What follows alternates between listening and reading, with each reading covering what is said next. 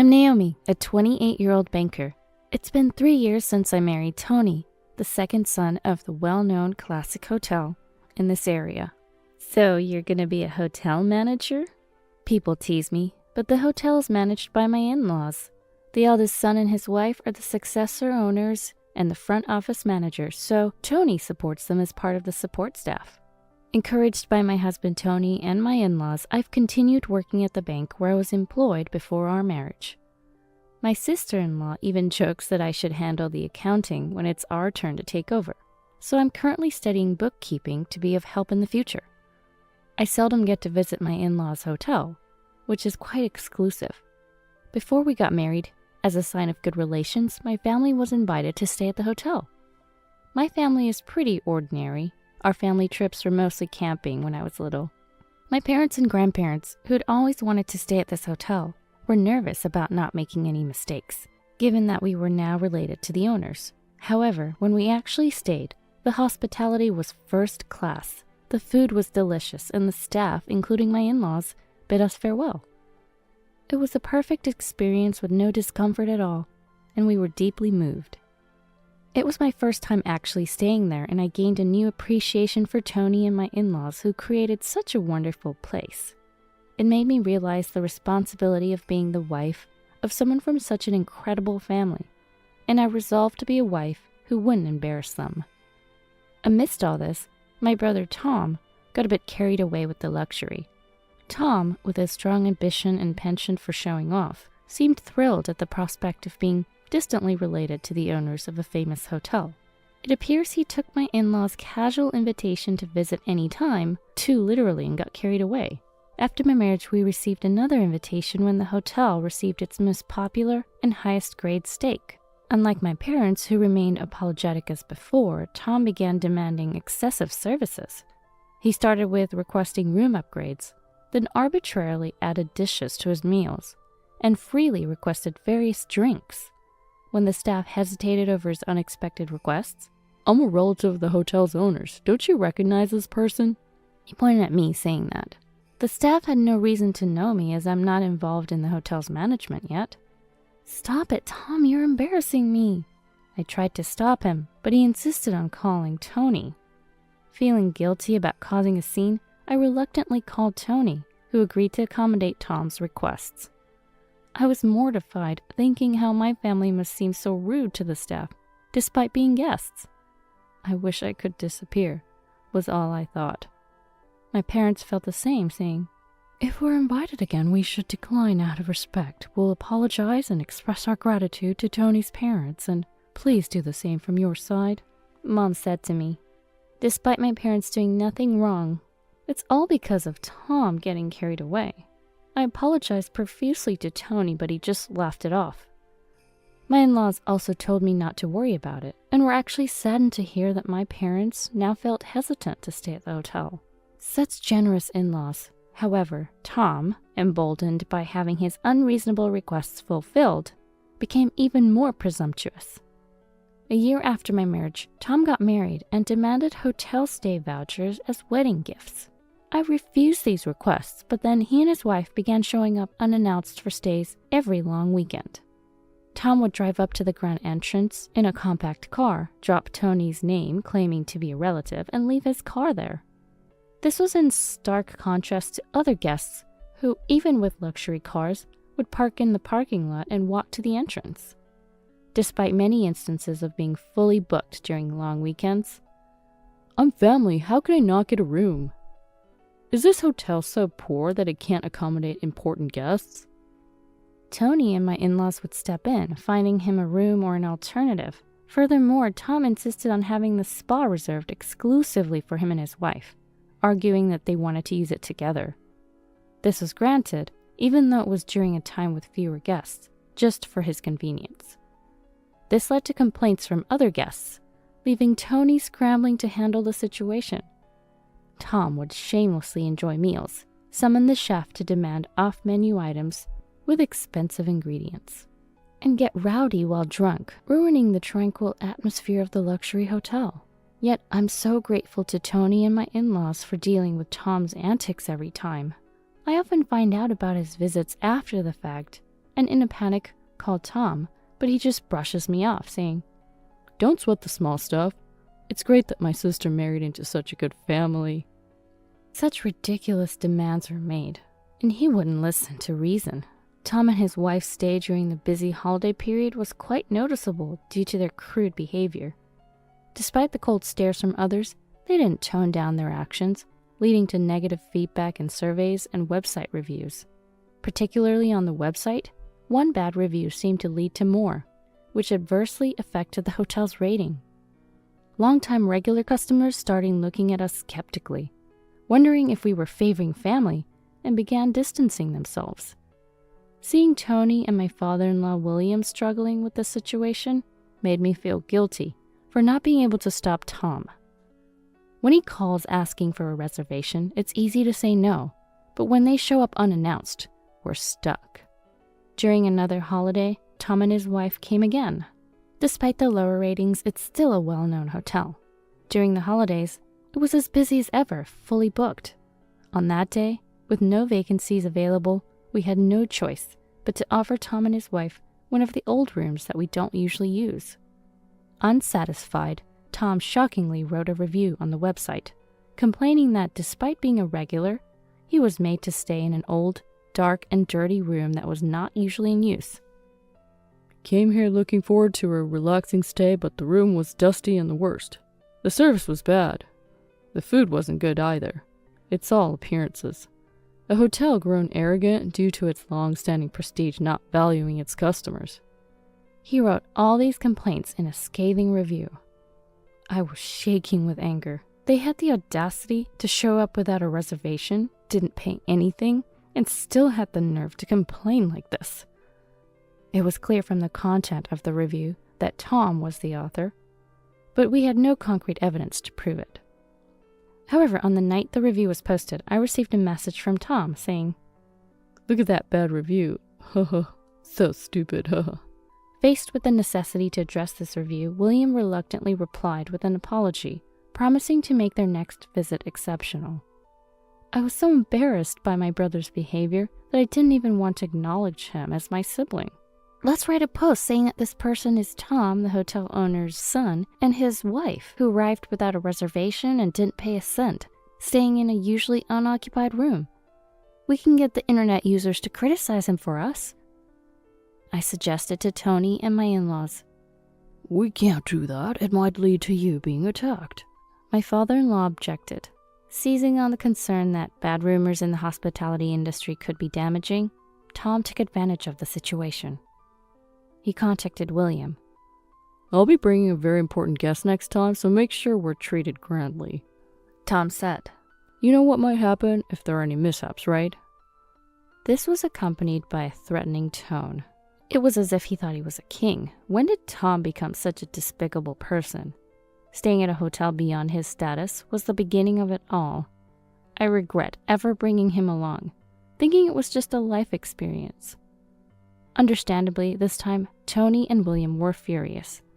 Employee dissatisfaction was reaching a breaking point, and they couldn't deal with Tom anymore. My parents and I apologized for all the trouble caused so far, and assured that he wouldn't be a nuisance anymore. We told them to do whatever necessary if we couldn't stop Tom. My parents and I reached out to Tom. When we pressed him about his actions, "I just came because you said I could come anytime. Why are you mad when offering family services normal?" He refused to listen to our concerns. Even my mother-in-law and sister-in-law's relatives stay at regular rates. Tom's obliviousness to his wrongdoing was exasperating. Ignoring our advice, my brother and his wife brought the president of a client company to the hotel, apparently intending to entertain them. Such audacity. The president was accompanied by their spouse and daughter's family. Tom was overjoyed, thinking he could impress the president. He thought the president might like him, and thus lead to securing a contract. I was secretly observing as Tony had asked, but felt like grabbing Tom by the collar and throwing him out right then. Tony and William, prepared for the day, promptly escorted the president's family to a nice room. Tom, guided by Tony, then demanded, "Not just for us. Make this stay free for our guests too, okay?" This is a business entertainment. If I can impress the president here, my performance at work will improve. You understand, right? I'm counting on you. You know what will happen if anything goes wrong, right? He even added a veiled threat. The Tom I knew was ambitious but normal. When did he become someone who resorts to threats? I even thought of getting the police involved, but Tony and William reassured. Naomi, it's not your fault. Don't worry, just act normally. So, relying on his assurance, we decided to observe how things would unfold. Then came dinner time. Tom acted as if it was his own hotel. Our cuisine is exceptional. You're in for a treat. Smoothly escorting the president's family, my brother and his wife seemed quite in their element. The more I saw, the angrier I got. I wanted to knock some sense into him right there. The first thing served to the group, upon being seated, was an aperitif. The glasses were beautiful, but the contents were just cheap liquor. They were toasting and enjoying themselves, but Tom seemed oblivious to the difference in taste. Meanwhile, the president's family, though puzzled, continued to chat amiably. Then the food arrived, and Tom and his wife panicked. Their table was laden with fast food, instant ramen, snack foods, bottled Coke, and canned beer. The CEO's family was stunned, looking over the table in surprise. Tom was furious. Is this an insult? Call the owner right now, he demanded, summoning William. William and Tony arrived, calm as ever. Yes, how could we help you? William asked. Well, it was pretty much the expected turn of events, wasn't it? What's this food? Are you joking?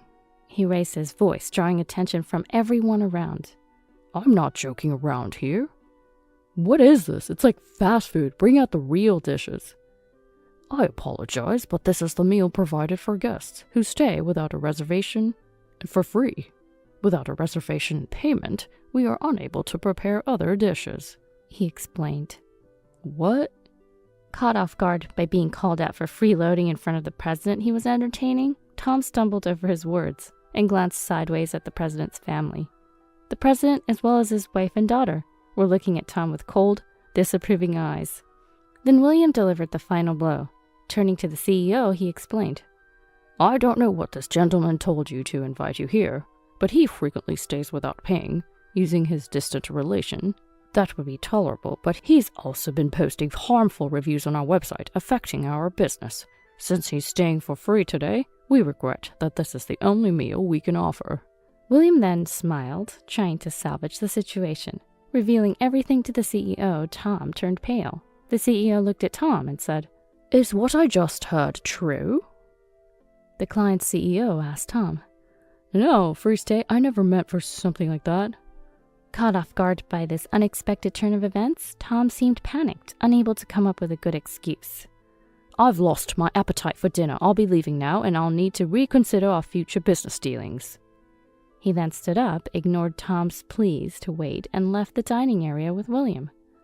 Wait, please, President, it's not what it looks like. Ignoring Tom's attempts to hold him back.